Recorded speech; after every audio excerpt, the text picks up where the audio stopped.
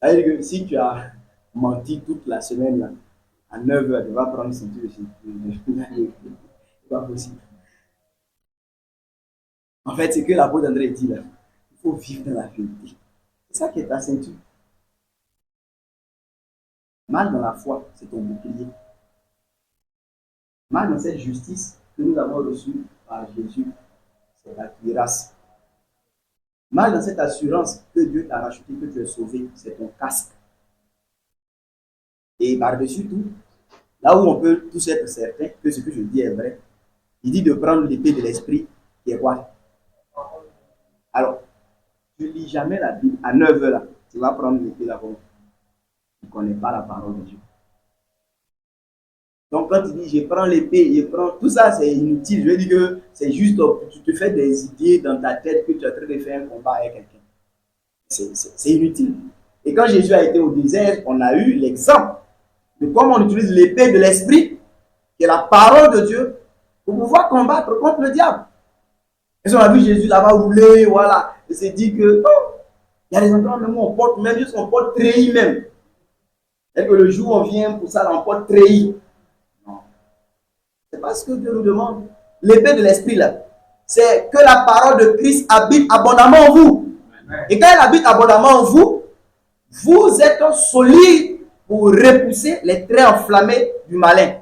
Ces interprétations, vous voyez, non, rusées, qu'il veut utiliser pour vous faire goûter, voilà. Comme M. Gideon Ladjetchouba prêche, l'épée de l'esprit, la parole de Dieu, qui doit être votre arme là pour lui montrer que ce que tu enseignes là, c'est la fausseté. Pour ne pas sauter quand il est écrit. C'est bon? Voilà. Mais, vous voyez, ces armes-là, ce sont des choses. En fait, ce que Paul est en train de dire là, et c'est pourquoi Pierre dit que Paul, souvent, il dit des choses difficiles à comprendre et que les gens mal affaiblis. Mais c'est tout ça là aussi. Voilà. Parce qu'en fait, si c'était quelqu'un comme Pierre et Jean, il allait dire, frère, marchez dans l'obéissance aux enseignements de Jésus pour que vous puissiez tenir bon. Paul lui va dire, non, prenez le casque du salut, prenez le bouclier de la foi. Donc, tu as l'impression que c'est quelque chose qui, à la limite, comprend un moment donné. Non. Il est en train de parler, en fait, de la marche normale qu'un chrétien doit avoir en obéissant aux enseignements de Christ. Et un chrétien qui marche comme ça, il est déjà engagé sur donc, le terrain donc, de la foi dans ce combat contre le diable. Mais ce combat ne consiste pas en des prières nocturnes, en des prières imaginaires. Voilà. Ça ne consiste pas à connaître les heures où les sorciers travaillent pour vous lever pour empêcher leur travail. Je vous dis que Dieu ne nous a pas envoyés pour empêcher le travail des sorciers. Si vous êtes des disciples de Christ, voilà. Donc vous ne devez pas connaître leurs heures où ils se réveillent, à quelle heure ils passent là, tout ça. Ça, c'est des imaginations. Voilà. C'est pas ça. Mais je dis que les gens tombent dans ces choses, mais parce qu'on ne sait même pas à quoi c'est la prière. La prière, ce n'est pas pour se faire, je veux dire, des idées, des choses mystiques, des choses effrayantes. Voilà, souvent, il y a, dans ces choses-là, les gens qui sont les plus spirituels, c'est ceux qui, ouais, ils sont bizarres. Ils voient toujours dans les nuits, ils ne dorment pas bien, ils sont toujours attaqués. Souvent, on n'est pas pour des gens spirituels. Pourtant, l'Écriture dit dans Galates que c'est pour la liberté que Christ nous a affranchis. Mais souvent, quand quelqu'un dit que la nuit, là, il ne dort pas, il voit les attaques, Satan l'attaque. Et l'enfant de Dieu, oui, peut subir quelques attaques. Je me dis que même les attaques du diable, mais ce qu'on appelle attaque, c'est quoi? C'est pas toujours faire des mauvais rêves, toujours voilà, voir des choses noires, des gens qui te poursuivent, toujours. Bon, souvent, ça peut être dû à soit une mauvaise vie que tu mènes, voilà. Ou bien peut-être que tu as des problèmes démoniaques. Voilà. Sinon, ça, c'est pas être spirituel. Quand quelqu'un est spirituel, il marche dans le repos. Quand il dort là, il se repose. Quand il se réveille là, c'est pour chercher le Seigneur, étudier sa parole, connaître ses voies, connaître l'œuvre de Dieu. C'est ça la vie normale d'un chrétien. J'espère que c'est comme ça que vous vivez, hein? Et que votre vie là, ça consiste pas en des mauvais rêves. Toutes les nuits, on vous poursuit, vous réveillez. Oui, quand vous ne dormez pas, c'est matin seulement vous dormez. Parce que vous êtes en train de toujours faire combat. Ça, c'est pas la vie chrétienne. Hein? Si tu te trouves dans ça là, tu es en train d'être éloigné du chemin de Christ. Il est venu pour nous donner la liberté, mes bien-aimés frères. Et quand on est dans le Seigneur, on se repose. Voilà. On n'est pas dans une vie où on est toujours oppressé, toujours oppressé. Non, c'est pas ça la vie chrétienne. Ah, bon, ça que c'est bon. Ça veut dire que ça confirme l'enseignement quand il marche mal. Voilà. Sinon, quand on marche bien, on dort. Voilà. On dort tranquillement. Un peu trop. C'est que c'est bien. Ça veut dire qu'il faut corriger cela. Ah, mais ça veut dire que quand on est en Christ, on n'est pas spirituel en vertu de ce que toutes nos nuits là sont mélangées. Voilà. Non, ce n'est pas de la spiritualité. Voilà, au contraire. Souvent, c'est parce que Dieu, comme il dit, t'a livré, mais parce que tu marches mal là. C'est pourquoi tu vis tous ces problèmes. Voilà. Sinon, quand tu marches bien, tu as du repos. Voilà. S'il y a quelque chose, le Seigneur peut te révéler pour que tu pries, mais ce n'est pas pour que tu sois affolé et que tu ailles dans tous les sens. D'accord? Donc, je dis que la prière, là, la première chose que nous devons nous tous établir, c'est. Vous savez quoi? Hein?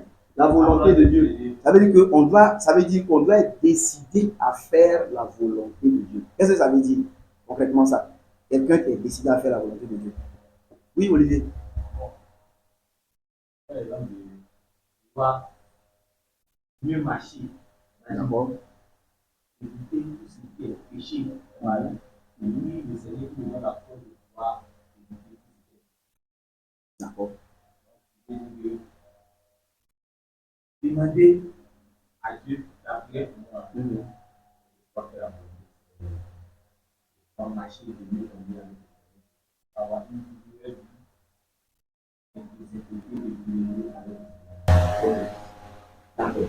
et déjà, je dis que la question de faire la volonté de Dieu, voilà, c'est ce qui se doit. C'est un aspect. C'est-à-dire que lié, par exemple, ça devrait être aussi un moyen de donner la force pour marcher dans la sécurité. Parce que ça fait partie justement de cette volonté de Dieu que nous devons être décidés à accomplir. C'est bon? Mais ça veut dire que je veux déjà nous dire de manière simple, c'est que celui qui veut prier, ou celle qui veut prier, doit être quelqu'un qui est sûr. Peut-être que tu peux ne pas connaître tout de Dieu, mais intérieurement, tu es quelqu'un qui est décidé à faire tout ce qui est de la volonté de Dieu. Ça veut dire que dès que cette disposition est dans le cœur, tu es sur le bon terrain pour pratiquer la prière. Voilà. Mais je veux dire que si tu n'es pas décidé à faire, et je dis faire toute la volonté de Dieu, même si dedans, tu pourras avoir des failles, des imperfections, mais intérieurement, ta décision, c'est que toi, tu veux faire toute la volonté de Dieu. Si ça, ce n'est pas déjà établi, il ne faut pas chercher à demander quelque chose d'autre que cette disposition de cœur. Ça veut dire que la première prière même à prier, ce serait de prier pour avoir un cœur disposé à faire toute la volonté de Dieu. Amen. Par exemple, le proverbe 28, 9 dit quoi? Qu'est-ce que ce proverbe dit? Proverbe 28, verset 9.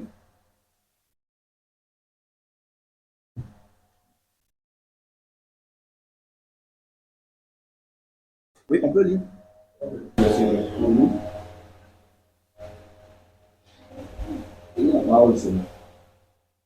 Si quelqu'un détourne l'oreille pour ne pas écouter la loi, sa prière même est une abomination. Amen. Si quelqu'un détourne l'oreille pour ne pas écouter la loi, on dit sa prière même, on a dit dessus, même est une abomination. Qu'est-ce que cela veut dire? Oui, frère Régis, il réagit. Si quelqu'un détourne l'oreille pour ne pas écouter la loi, sa prière même est une abomination. Quand on ajoute le même dessus, on comprend. Voilà. Ça veut dire que c'est une chose qui devrait être une chose merveilleuse, sacrée, pieuse, mais on dit même ça, ça devient abomination. Qu'est-ce que ça veut dire? Hein, les soeurs? Là où il y a, je sais pas. Hein, Camille? Si tu détournes, si quelqu'un détourne l'oreille pour ne pas écouter la loi, sa prière même est une abomination. Bon, ok, on va prendre le registre. Bon, je vais dire de mon côté tout simplement que, moi, l'exemple, si on nous enseigne ici, par exemple, le pardon, voilà, et on a bien écouté le pardon, on sait que c'est le pardon. Et nous, de façon personnelle, donc ici, ne va pas pardonner, on veut prier pour que Dieu nous apporte, voilà, peut-être la puissance de l'élévation. On n'aura pas cela parce qu'on a dit l'oreille de la loi. Donc la loi ici, on peut considérer ça simplement comme la parole de Dieu. C'est elle qui révèle la volonté de Dieu. Mais dans Jean 9, 31, tu peux ajouter cela. Donc, mais l'exemple que le frère prend est pratique, c'est loi. Ça veut dire que si on n'oublie pas, comme on l'a dit au début, que la prière, si vous voulez, c'est un moyen de recevoir le nécessaire ou une fois pour recevoir le nécessaire afin de faire la volonté de Dieu. Et on a dit ici un jour que quelqu'un qui est décidé à faire la volonté de Dieu, il ne peut pas enjamber, mais on peut sauter des occasions de faire cette volonté pour aller faire cette volonté ailleurs. Ça ne se comprend pas. Voilà. Ça ne se comprend pas. Et que si je m'en vais chercher viande de brousse, parce que je vais noyer viande de brousse, je m'en vais, je croise abouti. Il ne peut pas le sauter, le laisser. Il peut aller lutter encore chercher un rat. Je veux dire que si tu fais ça, on n'est pas sûr que ton affaire là, tu es sérieux dedans. Au moins, si tu prends abouti là d'abord, et puis tu cherches encore un rat pour ajouter, on se dit que bon, voilà. Mais tu ne peux pas, par exemple, croiser, viens de bruit, voilà un qui est devant toi là. Il saute. C'est pourquoi je dis que tu t'en vas à l'hôtel pour aller faire ton offrande. Mais celui qui t'en va offrir à Dieu, ça veut dire qu'il veut faire quoi? On peut dire simplement que offrir à Dieu, c'est quoi? Il veut plaire à Dieu, voilà, il veut obéir à Dieu, c'est ça non? Voilà, il veut honorer Dieu, celui qui va donner une offrande à Dieu. On s'est dit qu'il veut honorer Dieu. On a ça, non? Il veut plaire à Dieu. Il veut que Dieu soit content. C'est ça. Maintenant, le Seigneur dit, pendant que tu t'en vas faire ça là, bon, voilà une occasion de rendre Dieu content. C'est que Dieu est content quand entre moi et le frère Olivier, il n'y a pas de problème. Maintenant, je m'en vais. Supposons que où il m'en vais, frère, c'est un peu éloigné. Voilà Olivier qui est là. Je me souviens qu'il y a un problème entre nous deux. Mais ce que je m'en vais faire là, c'est pour contenter Dieu, c'est pour plaire à Dieu, c'est pour réjouir Dieu. Et le Seigneur dit, mais voilà déjà une occasion qui est là.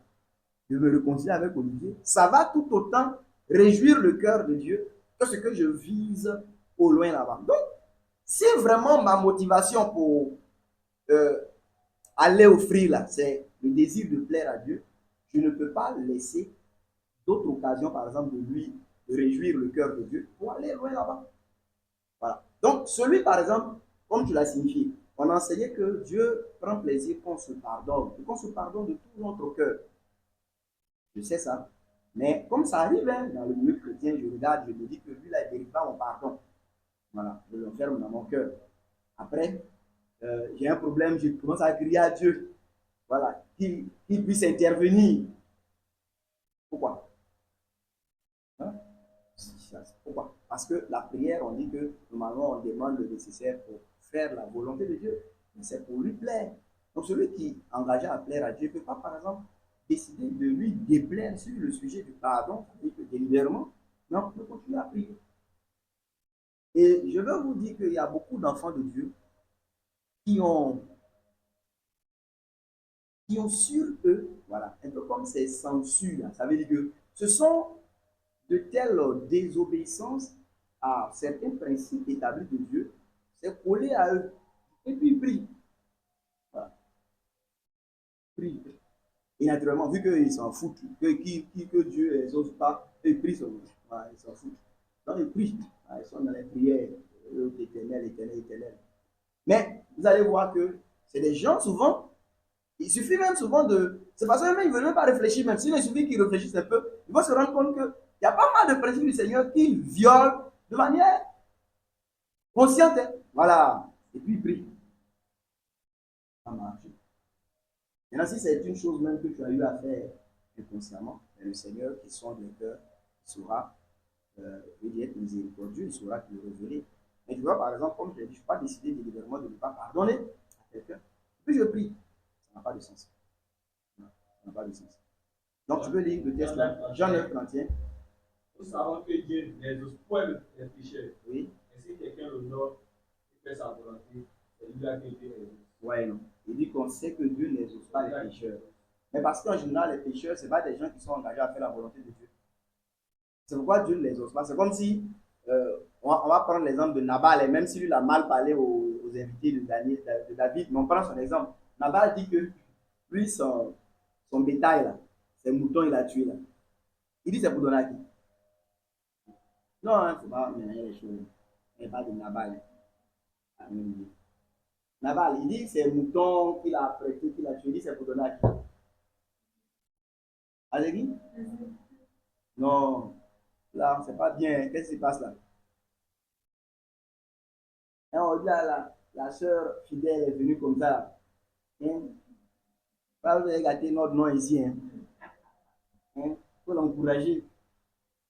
Avec des invités de Nabal, avec de Dieu, tout ça. Faites attention. Hein? À verser mon visage à terre. Il y a déjà les nuits longues ici. Là. Il faut se fatiguer. Les gens me disent Nabal, ses invités, etc. Alors, je vais dire quoi? Voilà, la sœur Audrey est en train de rire. Audrey, hein, Fidèle est venue, elle, la fille d'Éric, et puis les soeurs sont en train de me mélanger ici. Là. On dit que Nabal a cette invité. Mais Audrey, on dit tu peux répondre, il ne faut pas rire seulement. Alors, bon, j'ai dit, hein, Nabal, quand David a envoyé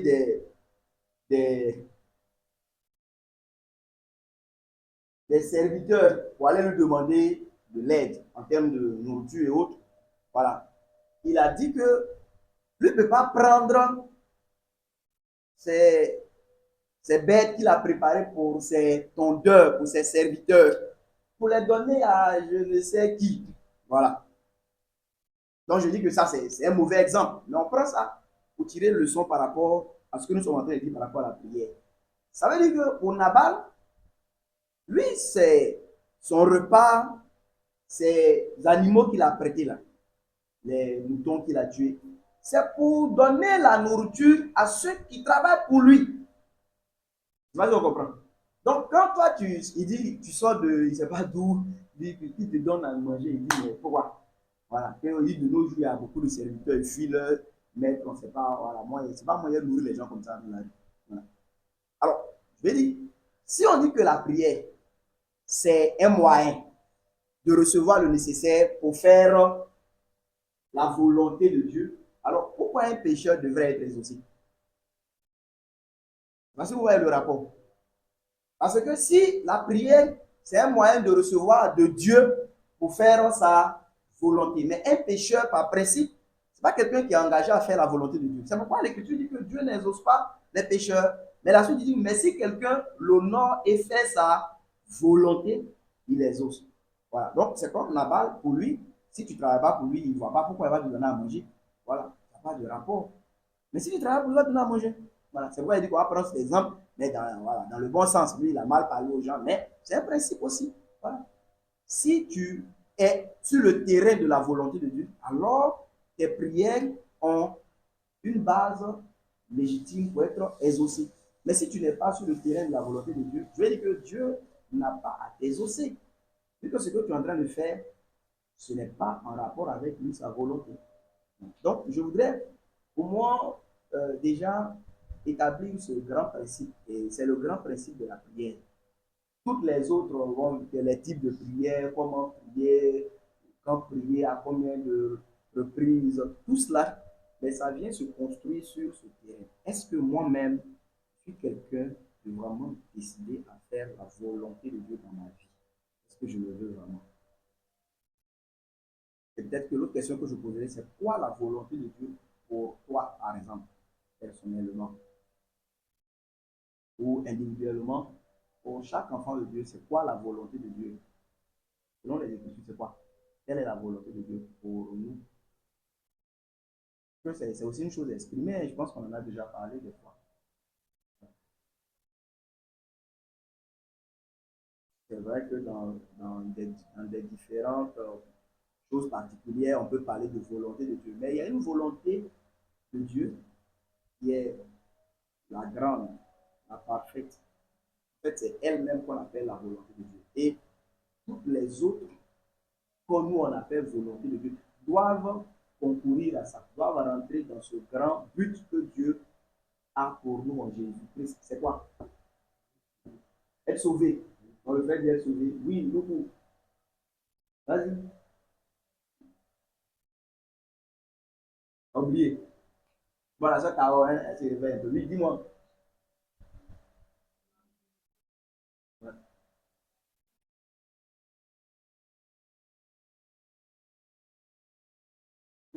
Elle est là un peu. Hein. Bon, d'accord, c'est pas grave. Donc, que tout soit rempli de Christ. Hein? D'accord? Parvenir à la statue parfaite de Christ. D'accord? Oui, sœur. Obéir à la parole de Dieu pour ressembler à Christ. D'accord? Oui, Olivier? C'est ça? Oui, mais moi, je pose la question et puis quelqu'un de me demander. Oui, mais c'est en un mot, comme vous l'avez dit. En fait, dans, par exemple, 1 Corinthiens 15, il est dit que, je veux qu'on dise ça s'il vous plaît, 1 Corinthiens 15. Pardonnons ensemble, pardonnons, retenons bien ça, la question de la volonté de Dieu. Parce que, aussi, ça aussi, dans le milieu chrétien aussi, souvent quand on parle de la volonté de Dieu, c'est toujours quelque chose de vague. Voilà. Ou bien quand c'est pas vague, c'est toujours lié au travail, à, tu vois, non, au foyer, voilà. Mais ça, je dis que c'est vraiment, c'est ramener la volonté de Dieu sur des choses qui sont pas vraiment très profondes. Il n'est pas dit que se marier là, c'est mauvais. Mais même quand on a compris cette volonté fondamentale de Dieu là, c'est dedans même que toutes les autres doivent aussi être jugées. 1 Corinthiens 15, à partir du verset 28, qu'est-ce qui est écrit?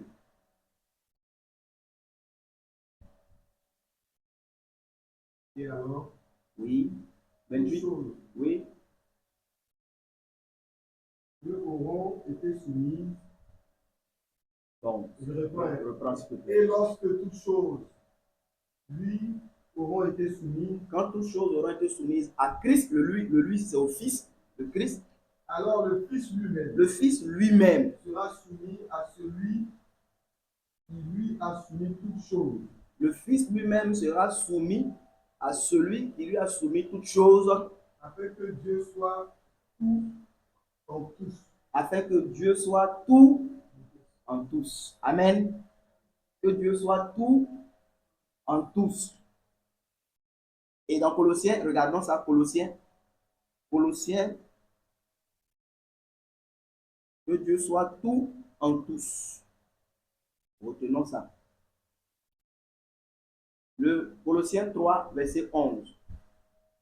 Donc, peut-être que dans 1 Corinthiens 15, on va retenir l'expression Dieu tout en tous. C'est bon? Dieu tout en tous. Colossiens 3, verset 11, qu'est-ce que c'est écrit? Oui, frère. Vas-y, frère Paul, tu peux lire. Il n'y a ici Oui. ni grec ni juif, Il n'y a ni grec ni juif, ni circoncis, ni circoncis, ni incirconcis, ni incirconcis. ni barbare, Oui, ni Scythe, oui. ni esclave, ni libre, mais Christ est en tous. En Non, tout, non, va doucement. Christ est. mais Christ est tout et en tous. Voilà. Christ est tout et en tous. Donc, je vais dire ici, on retient Christ tout en tous. Et dans 1 Corinthiens 15, il dit Dieu tout en tous. Alors, je vais dire comme ça. Si vous voulez écrire quelque chose, la volonté de Dieu, c'est Dieu tout en tous par Christ tout en tous. Voilà. Je vais noter ça comme ça. Ça veut dire que quand on demande la volonté de Dieu, c'est quoi la volonté de Dieu? C'est Dieu tout en tous par. Le par ici, ça montre que Christ est quoi? Le moyen d'atteindre ça. C'est pourquoi l'apôtre va dire dans 1 Corinthiens 15 que quand tout sera soumis à Christ, le Fils lui-même. Alors, écoutez bien. Quand il dit quand tout sera soumis à Christ, en ce moment-là, le Colossiens 3, 11, là, Christ tout en tous, si vous voulez, est accompli. Et quand Christ tout en tous est accompli, alors se réalise 1 Corinthiens 15, 28, où Dieu devient tout en tous. Parce que c'est ça. Donc la volonté de Dieu, c'est que lui-même puisse, quand il dit tout, ça veut dire qu'il remplisse toutes choses. Mais remplir toutes choses, C'est pour dire que il n'y a plus rien qui contredise même au millimètre près possible quelque chose de Dieu. Tout est exactement comme Dieu veut. Alors, qui a déjà lu Zacharie? Le livre de Zacharie. Hein? Ok. Un peu, c'est bon. D'accord. Ok. D'accord. Pas un livre qui a demandé à quelqu'un si lamentation c'est dans la Bible. Hein? Ok. Voilà, d'accord. Et que là, c'est M. Boulou. Il dit de prêcher d'un cas. Il a dit qu'il est son collègue. Il ne faut pas emmerder les gens dans le cadre. Ah, c'est mon collègue pasteur de prêcher. Donc, c'est les gens même du cadre qui se sont levés pour réprimander le prétendu collègue. Là. Comment vous étiez, toi tu es ici depuis, tu n'as pas voulu parler, le monsieur veut parler maintenant, toi tu. Donc, ils étaient maintenant. Pasteur Boulou dit bon. Dans Lamentation 3, on dit que les bontés de l'Éternel se renouvellent. Regarde, excuse-moi. Lamentation, c'est de la Bible. Il dit, ah, collègue, toi aussi. Collègue. Faut pas, tu as demandé si lamentation est dans la Bible. Hein, toi, tu es collègue pasteur. Alors, je vais dire quoi? Dans Zacharie chapitre 14, hein, on peut regarder. Je dis ça pour juste nous montrer quelques exemples, et puis je reviens. Zacharie 14. Mais il faut lire, hein, il faut tout lire. Le Seigneur dit, n'avez-vous jamais lu ce que fit? Il ne faut pas un jour nous dire ça. Zacharie 14. Lisons le verset 20. Je vais vous montrer quelque chose qui parle un peu, en fait, de la pensée de Dieu. Parce qu'on dit Dieu tout en tous, ça veut dire Dieu remplissant toutes choses. Mais quand on dit Dieu remplit toutes choses, bon, par exemple, comment Dieu remplit le soleil? Parce que toute chose, le soleil est dedans, la lune est dedans, les étoiles sont dedans, les hommes sont dedans. En fait, tout est dedans. Mais qu'est-ce qu'on doit comprendre par là? Par exemple, dans Zacharie 14, le verset 20, qu'est-ce qui est écrit? Quelqu'un peut lire ça pour nous? Zacharie 14, 20.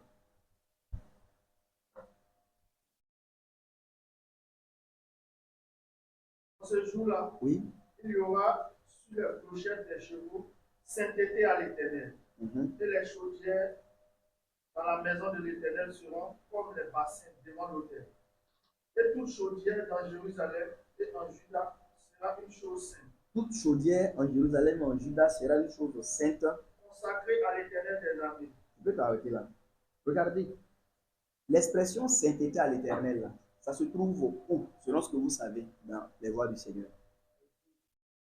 Oui, mais je veux dire, où on voit ça, l'expression sainteté à l'Éternel. Oui, la Sainte Parole. Tu vas comprendre? Non. Je veux dire que quand vous lisez dans les voies de Dieu qu'on connaît en général, mais ça vous dit quelque chose dans l'expression sainteté à l'Éternel. Ça vous dit quelque chose, non? Non, c'est pas là-bas. Non, je n'ai pas dit le livre. Je vais dire où on trouvait cette expression. C'était écrit où?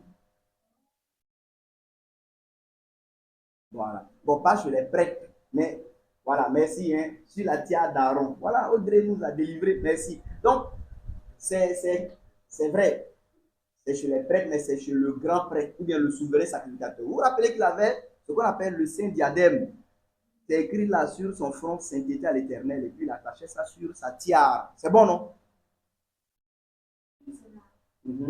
La tiare, bon, c'est une sorte de chapeau qu'il portait.